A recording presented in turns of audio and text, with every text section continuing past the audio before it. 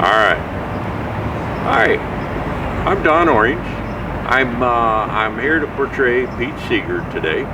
It's quite a privilege, and thank you.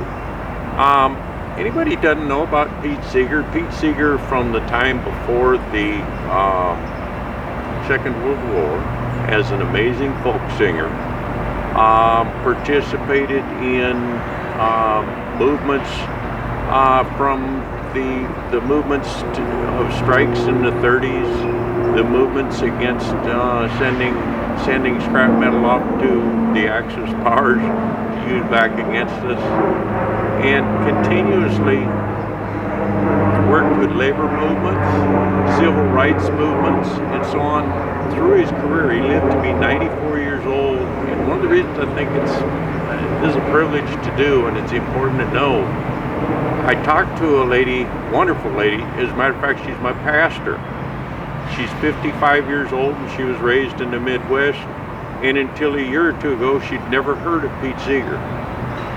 And some of this stuff gets out of our history books and out of our due to where we get our information.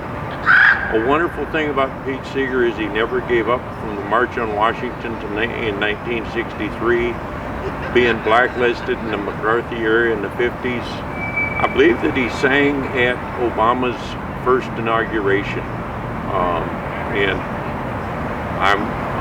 if memory serves me correctly, he was fortunate enough not to see what we got after Obama.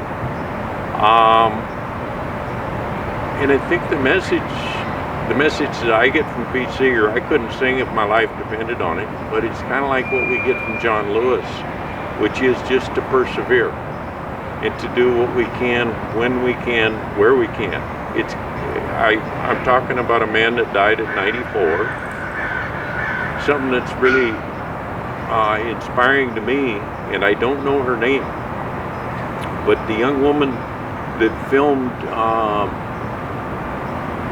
Floyd getting killed, George Floyd getting killed in Minneapolis, was 17 years old, and took a film of the police armed police killing this man for over 10 minutes, and she didn't quit.